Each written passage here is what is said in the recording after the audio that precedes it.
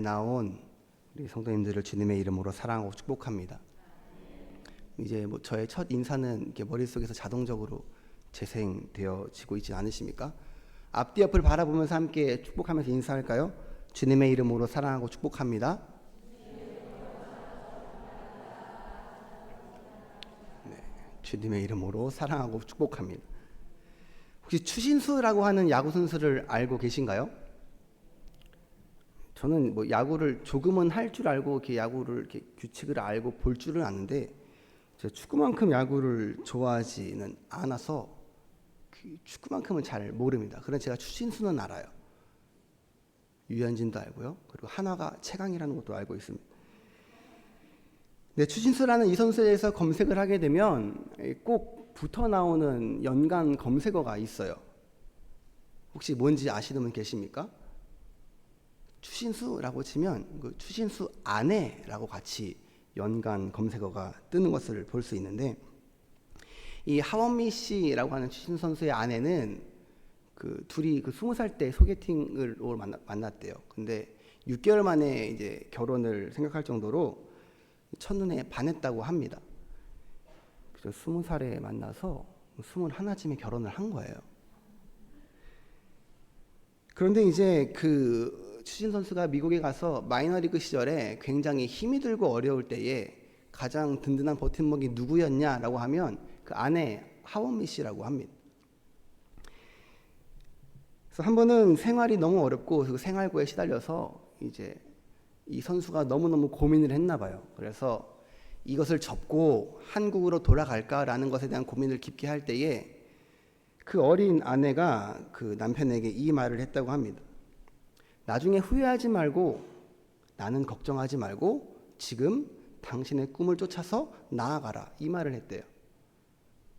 그래서 이 추신 선수가 조금 더 힘을 내어서 그 마이너리그에서 자신의 일들을 감당해 나가기 시작했대요.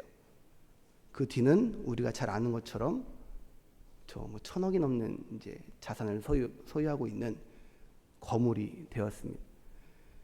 그런데 웃기는 것은 이제 이 기사가 뜨고 나서 이 대한민국 네티즌들의 이 댓글에서 굉장한 갑론을박이 시작된 거예요.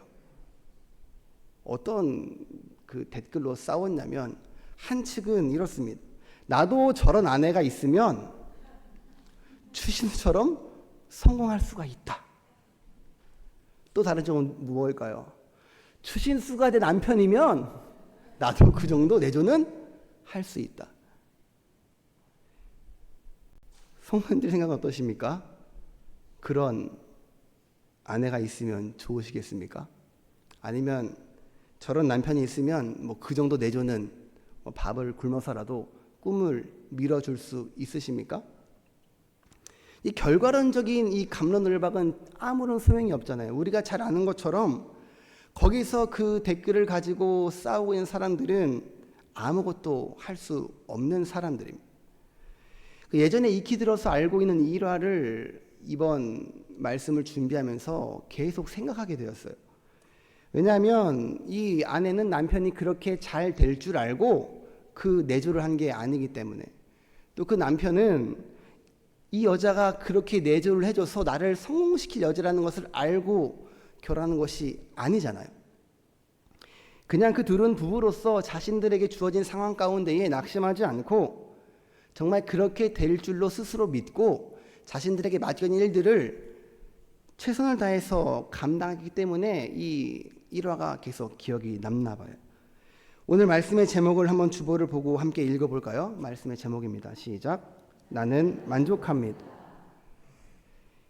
이 만족의 사전적 뜻을 찾아보니까 마음의 흡족함이래요. 그리고 모자람이 없이 충분하고 넉넉한 상태를 이 만족이라고 한다고 합니다. 자, 만족의 반대말은 무엇일까요? 부족이겠죠. 부족의 사전적 의미는 필요한 양이나 기준에 미치지 못해서 충분하지 않은 것을 이야기한다고 합니다. 만족은 충분한 거예요. 부족은 충분하지 못한 걸 말합니다. 자, 우리가 너무 잘 아는 이 시편 23편의 1절을 보면 시인은 뭐라고 표현하냐면, 함께 읽어보겠습니다. 시작. 여호와는 나의 목자시니 내게 부족함이 없으리로다. 아멘. 자, 부족함이 없는 상태를 뭐라고 한다고요? 네, 만족. 자, 그러면 이렇게 말할 수 있지 않을까요? 여호와는 나의 목자시니 내가 참 만족합니다. 우리가 잘 아는 것처럼 다윗의 인생에는요, 굉장히 큰 굴곡들이 많았습니다. 그런 다윗은 어떤 고백을 하고 있냐면, 나는 만족합니다. 하나님이 나의 목자가 되셔서 나는 부족함이 없습니다. 이 고백을 다윗이 지금 하고 있는 겁니다. 이 시편 23편의 배경을 보편적으로 광야로 보고 있는데, 이 다윗의 광야에 대한 기억은 어떨까요? 사울왕에게 미움을 받아서 10여 년을 쫓김을 받습니다. 그 배경이 어디예요? 광야입니다.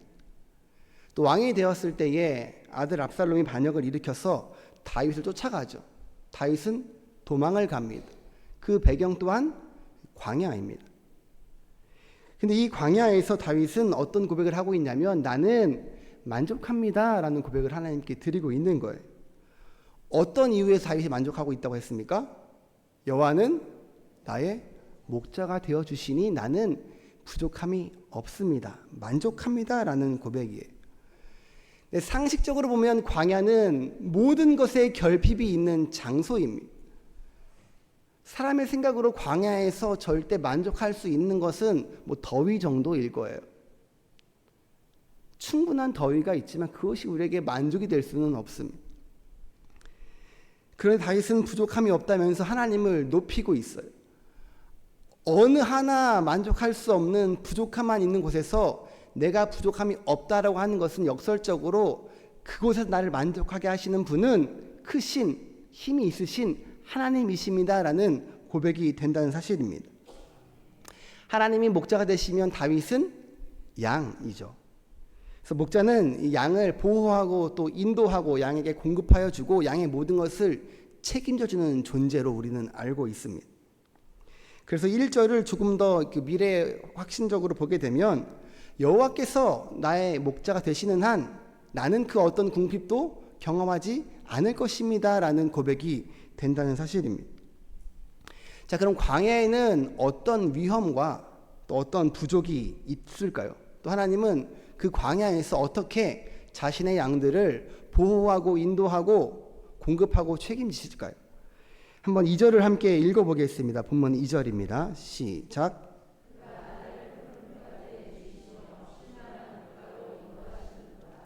아멘.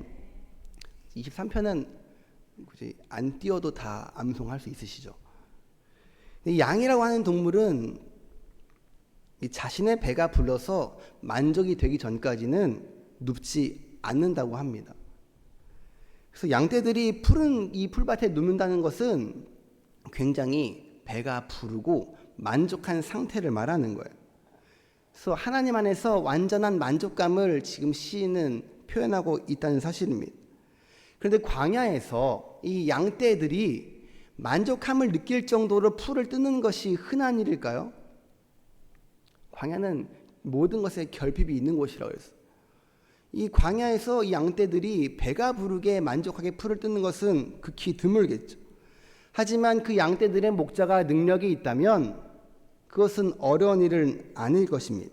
왜냐하면 그 목자는 어느 시기에 어느 장소에 풀들이 더 잘 자라고 있는지 알고 있기 때문에 그렇습니다. 그런 목자에게 속한 양이라면 푸른 초장에서 그 풀밭에서 만족함으로 누울 수가 있다는 사실이에요.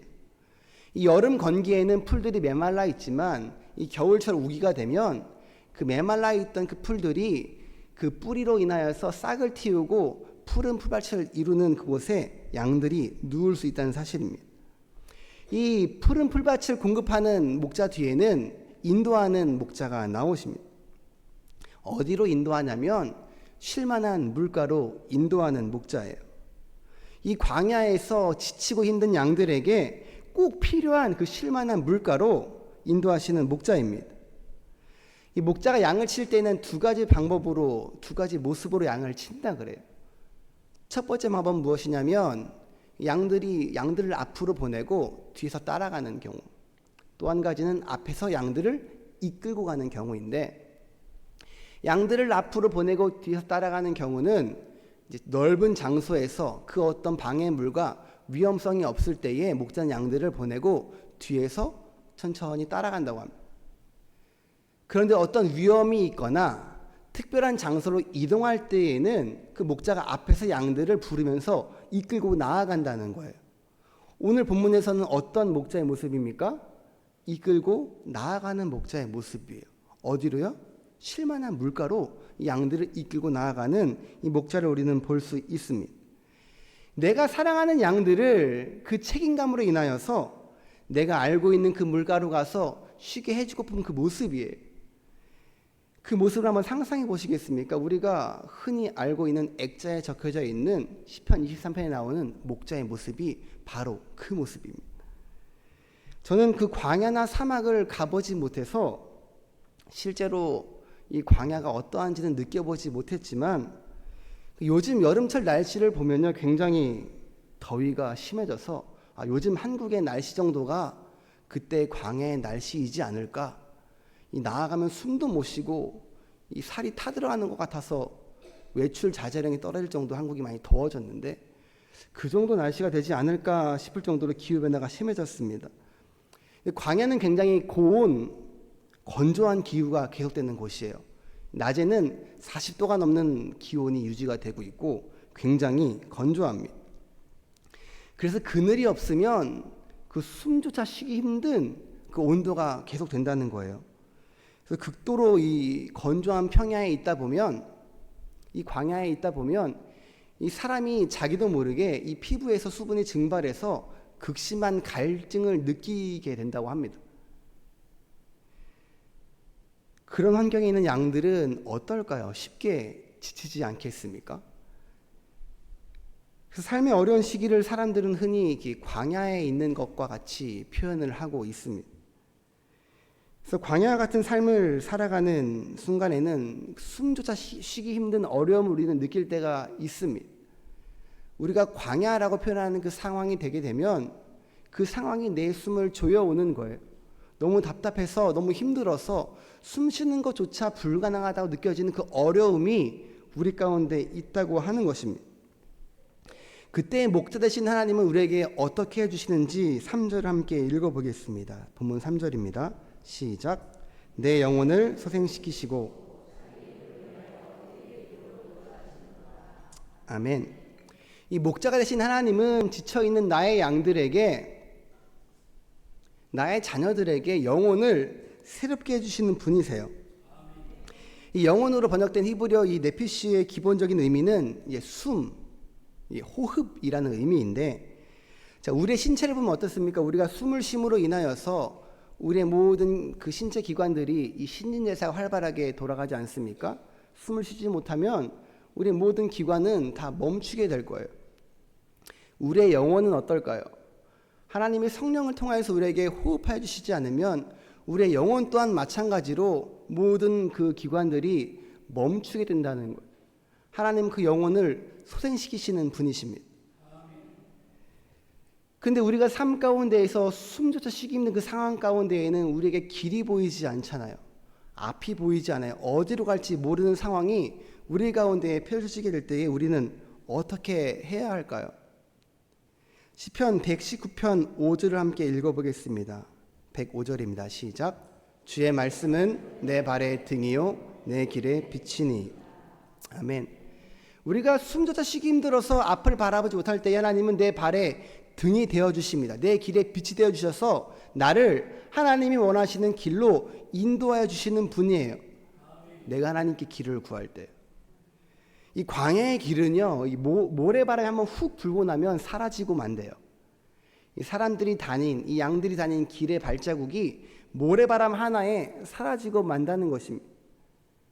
이 능력 있는 목자가 아니면 그 길을 찾을 수가 없지만 이 참된 목자는, 능력 있는 목자는 이 길이 모래바람에 사라져도 광야의 전체를 알고 있기 때문에 내 양들을 결단코 잘못된 길로 인도하지 않는다는 것을 이 시인은 지금 고백하고 있는 것입니다. 그리고 시편 119편 5절의 말씀에 의하면 그 길을 비추는 것은 지금은 하나님의 말씀이 우리의 길을 비춰주신다는 사실입니다. 또 이사야 43장 19절에서 20절에는 또 이렇게 말씀하십니다. 함께 읽어보겠습니다. 시작. 보라, 내가 새 일을 행하리니 이자에 나타낼 것이라. 너희가 그것을 알지 못하겠느냐.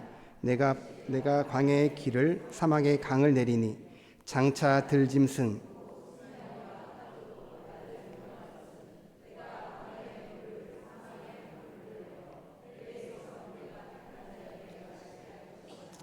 아멘. 하나님이 택한 자는요 결코 목마르지 않습니다. 결코 길을 잃어버리지 않아요. 왜냐하면 하나님이 그렇게 하시겠다고 약속하셨기 때문에 그렇습니다. 하나님은요 목자와 비유되고 있지만 우리가 아는 목자와는 비교가 되지 않으시는 분이십니다. 일반적인 목자가 최선을 다하는 것, 그 모든 것을 알고 가장 좋은 것을 준비한다고 해도 하나님과는 비교할 수 없다는 사실이에요. 그런데 그 여호와 하나님께서요 갈 바를 알지 못하는 아브라함에게 위대한 민족을 이루도록 인도하신 것처럼 우리 또한 의의 길로 인도하시겠다고 지금 약속하신 거예요. 의의 길은 무엇입니까?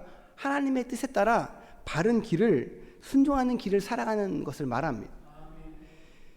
광야에 있는 양은 목자가 없으면 절대 길을 갈 수 없는 것처럼 우리도 우리의 모든 길에 하나님의 뜻과 하나님의 길을 구하며 살아가야 함을 기억하는 저와 여러분이 되시기를 주님의 이름으로 축복합니다. 이어서 본문 4절을 함께 읽어보기 원합니다. 4절입니다. 시작. 내가 사망의 음침한 골짜기로 다닐지라도 해를 두려워하지 않을 것은 주께서 나와 함께 하심이라. 주의 지팡이와 막대기가 나를 안위하시나이다. 아멘. 이 목마름과 이 배고픔을 넘어서서 광야에 있는 위험 중에 또 하나는 이제 외부로 인한 위험입니다. 어린 시절 목동이었던 다윗도 이제 유다 광야에서 이 양들을 돌보면서 이 사자와 곰과 맞서서 이 양을 물어갈 때 싸운 경험이 있음을 우리는 잘 알고 있습니다. 이 맹수의 위험도 있지만 유다 광야는 또 험한 지형으로 유명한 곳이에요. 그래서 이 잘못 발을 헛디디기라도 한다면 목숨을 잃고 마는 굉장히 위험한 곳이라고 합니다. 그럼 이런 외적 요인을 양이 스스로 해결할 수 있겠습니까? 이 광야에서 목자의 보호 없이는 양은 결코 살아갈 수가 없음을 반복해서 이 시인은 고백하고 있는 것을 우리는 알 수 있습니다. 목자가 아니면 양들에게는 대안이 없어요. 4절의 내용은 이 시인의 경험담일 수도 있지만 이 문맥적으로 보면 이 가정형입니다. 혹여 내가 사망의 음침한 골짜기를 다닐지라도 주님께서 나와 함께 하시니 나는 두려워하지 않을 거야. 이 시인의 다짐이에요. 주님의 지팡이와 막대기가 나를 보호해 주실 테니까 나는 두려워하지 않아. 이 다짐을 시인은 지금 고백으로 하고 있는 것입니다. 광야와 같은 자리가, 광야와 같은 상황이 우리의 삶 가운데에 다가오기 전에 이 고백이 우리의 입술에 준비되어 있기를 주님의 이름으로 간절히 축복합니다. 이제 장면이 조금은 바뀝니다. 여전히 광야이지만 이 광야 들판이 아니라 1절과 4절이 광야 들판에서 목자와 양의 관계를 표현했다면 5절, 6절은 이제 그 광야의 아늑한 집에서 집 주인과 손님의 관계로서 하나님과 자신을 표현하는 이 시편의 기자를 우리는 볼 수 있는데요. 광야에서 하나님 어떻습니까? 뜨겁고 건조한 그 광야에서 양들을 직접 돌보면서 함께 생활하면서 그들의 필요를 적절하게 공급하여 주시며 인도하여 주신 하나님이었습니다.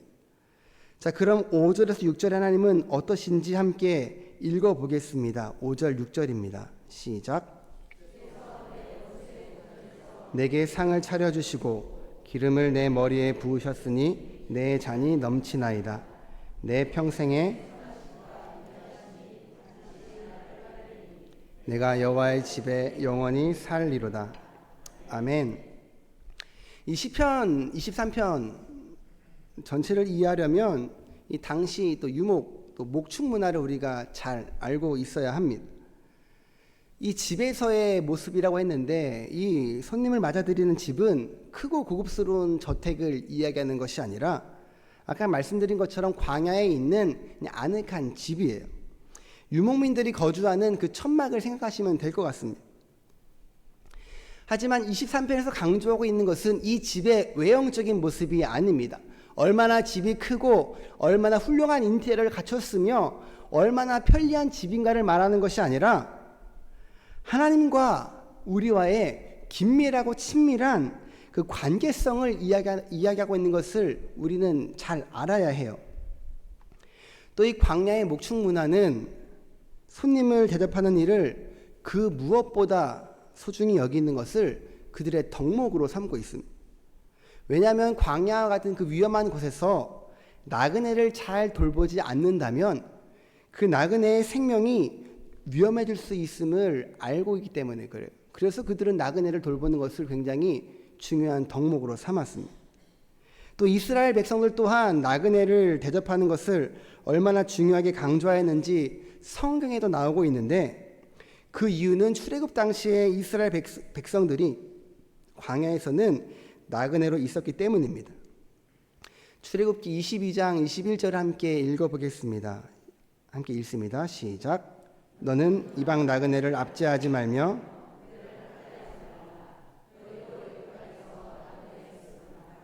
아멘. 그런데 이 목축 문화에서 나그네들을 자기 집의 손님으로 받아들인다는 것은요, 굉장히 큰 의미가 있습니다. 그냥 우리가 생각하는 집에 손님이 왔을 때에 그들에게 그냥 음식을 제공해주고 차를 제공해주고 돌려보내는 그런 의미가 아니라 손님을 집에, 그 나그네를 집에 들이는 순간부터요, 그때부터 손님과 관련된 모든 문제는 전적으로 그 집주인의 책임이 된다는 사실입니다. 이 책임 속에는 의식주의 문제뿐만이 아니라 신변의 보호의 문제까지 포함이 되어 있습니다. 나그네가 손님으로 영접이 되게 되면 그 나그네의 적들은 본문에는 원수로 나와 있습니다. 그 집주인의 적이 되는 거예요. 나그네를 누가 쫓아왔다고 한다면 그 나그네 신변의 보호는 집주인이 책임지게 되어 있습니다. 그 당시 그 문화를 통하여서 지금 비유하여서 시인이 이야기하고 있지만 이 다윗에게 집주인은 누구입니까? 하나님입니다. 그럼 이제부터 그의 대적들은 결코 그 손님된 다윗을 추격할 수가 없습니다. 집주인에게 대접받고 있는 그를 그저 무기력하게 바라볼 수밖에 없다는 사실입니다. 왜요? 집주인이 하나님이 되시기 때문에. 자, 5절에서 하나님께서 내 원수의 목전에서 베푸신 것들을 소개하고 있는데 이것들은 본디 유목민들이 손님으로 들어온 나그네들에게 해주던 것을 빗대어서 다윗이 이야기하고 있는 거예요. 이 광야의 무더위 가운데에서 먼 길을 걸어온 손님의 머리에 이 감람류의 향료를 섞어서 만든 기름을 이렇게 집주인이 머리에 바르면서 환영했다고 합니다. 근데 이 기름 부음을 이라는 원어가 다센이라고 쓰여지는데 기본적인 의미는 살이 찌다, 번영하다라는 의미입니다. 그래서 집주인은 찾아온 손님에게 번영의 축복을 기원하는 것이기도 하고 또 실질적으로는 땀과 먼지를 인하여서 손님에게 나는 그 냄새를 이 제거해주는 또 손님에 대한 배려를 뜻하기도 하는데 우리가 간혹 이 착각할 수 있는 뭐 제사장이나 왕에게 기름을 붓는 그 기름 부음은 원어로 다센이 아니라 마사흐라는 동사가 사용되어서 헷갈릴 수 있는데 착각하지 않으시기를 부탁드립니다. 또 목을 축이도록 포도주의 잔을 건네주는 것, 이것은 이스라엘에서 포도주는 하나님이 주시는 축복을 의미합니다. 또 사람에게 주어진 기쁨을 표현하는 것이 이 포도주예요. 그래서 그런 의미로 건넨 포도주는 실질적으로는 이 먼 길을 온 나그네가 잠깐 목을 축이면서 1차적으로 갈증을 해소할 수 있는 역할을 하는 것을 말합니다. 또 본문에서 나온 첫 번째로 나온 손님에게 준비된 정성스레 차려진 그 음식상은 이스라엘 백성에게 음식을 같이 먹는 것은 그냥 우리가 먹는 식사와는 다른 의미예요. 왜냐하면 하나님의 모든 언약 의식에는 음식이 동반되었기 때문에 그렇습니다. 근데 이것을 누구 앞에서 하나님이 준비해 주셨습니까? 원수의 앞에서 준비해 주셨어요. 그 손님을 따라온 모든 원수의 앞에서 하나님이 이것들을 준비해 주신 거예요. 그 원수는 이것들을 보면서 아무것도 할 수 없음을 느끼게 됩니다. 그래서 시편 23편의 마지막에 다윗은 하나님의 집에 영원히 거하리라는 확신을 고백하면서 마무리하고 있는데, 이 확신이 가득 찬 다윗의 고백을 보게 되면 광야와 같은 삶의 자리에서 하나님이 계시는 영원한 나라를 소망하는 그 소망을 바라볼 수도 있고요. 다르게 표현하면 이 땅을 살아가면서 하나님의 영원한 안식을 구하는 그 신앙적인 소망을 볼 수 있다는 사실입니다. 근데 중요한 것은 어떤 것이냐가 아니라 다윗이 이 확신에 찬 고백을 어떤 근거를 가지고 하고 있느냐입니다. 자기에 대한 확신의 근거는 절대 아닙니다. 다윗이 고백하고 있는 것은 여호와의 선하심과 인자하심이 그것이 근거가 되어서 내가 이것을 고백하고 있는 거예요. 우리는 삶 가운데에서 어떤 마음으로 삶을 살아가십니까? 내가 하나님의 나라를 구하던, 혹 이 땅 가운데에서 하나님의 나라를 살아가는 것처럼 삶을 살아가던, 우리가 그것을 구하는 것이 하나님의 선하시고 인자하심이기를 주님의 이름으로 축복합니다. 절대 나의 의로는 그것을 얻을 수가 없어요. 하나님의 선하시고 인자하심만이 나에게 그것을 주신다는 사실을 기억하기 소망합니다. 이 시간 말씀 맺겠습니다. 참 좋으신 주님이라는 찬양을 보면 후렴에 이런 가사가 나와요. 광야 같은 세상 주만 의지하며 주의 인도하심 날 강건케 하시며. 이 광야 같은 세상을 살아갈 때에 주만 의지하면 하나님의 선하심이 나와 함께 하셔서 나를 강건케 하신다라는 고백입니다.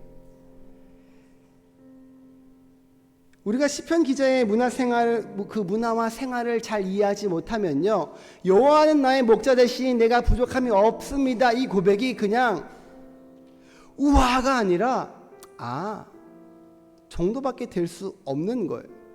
그런데 우리가 그 문화와 그 생활을 잘 이해한 다음에 여호와는 나의 목자 되시니 내가 부족함이 없습니다라는 고백을 듣게 되면 우리는 우와라는 감탄이 나올 수밖에 없다는 사실이에요. 왜요? 그 목자는 내 모든 것을 책임지는 분이기 때문에 그래요. 그 다른 무엇도 필요가 없어요. 목자만 있으면 나는 충분합니다. 나는 만족합니다. 지난주 새벽 예배 때 제가 이 23편을 소개하면서 신앙 좋은 사장님의 가게를 가거나 친구의 집에 가면 한 번쯤 볼 수 있는 것이라고 말씀드렸어요. 그런데 한 번도 그것을 보지 못했다라고 하시면 저희 집 앞에 있는 성선에 오시면 굉장히 큰 L자가 걸려 있습니다. 이 예쁜 그림과 함께. 그런데 그것을 우리가 하나님을 알지 못하는 사람과 함께 보았을 때예요. 친구와 함께 다른 친구네 집에 갔는데 여호와는 나의 목자시니 내가 부족함이 없습니다, 이 고백이 적혀 있는 것을 보고 믿지 못하는 친구가 저에게 질문을 하는 거예요. 목자가 왜? 목자가 어떤데? 근데 우리가 그 목자를 잘 이해하고 있지 못하면 우리가 전하는 복음이 방해가 될 수도 있지 않겠습니까? 온전한 복음이 전달되지 못할 수도 있지 않겠습니까? 우리가 그것을 보고 우와 해야지, 우리가 그것을 보고 그냥 하는 정도밖에 되지 않는다면 우리가 전하는 복음은 밖에 되지 않잖아요. 여호와가 나의 목자라는 것에 대한 이해의 부족이 저를 비롯하여 우리의 마음에 두려움이 있는 이유가 되지 않기를 주님의 이름으로 축복합니다. 다윗은 그 이유 하나 때문에 두려워하지 아니하였대요. 아니할 거래요. 앞으로 내가 사망의 음침한 골짜기를 혹여 가게 될지라도 하나님이 나랑 함께 하시면 저는 두려워하지 않을 것입니다. 이것이 우리의 고백이 되기를 축복합니다. 이 시간 함께 찬양하면서 선하시고 인자하신 하나님께 영광 올려드리기를 축복합니다. 이제는 하나님은 우리의 목자, 또 왕을 넘어서 우리의 아버지가 되어주심, 또 예수님은 우리의 친구가 되어주심, 그 친밀하게 다가오시는 주님께 이 시간 찬양으로 영광 올려드리기를 축복합니다.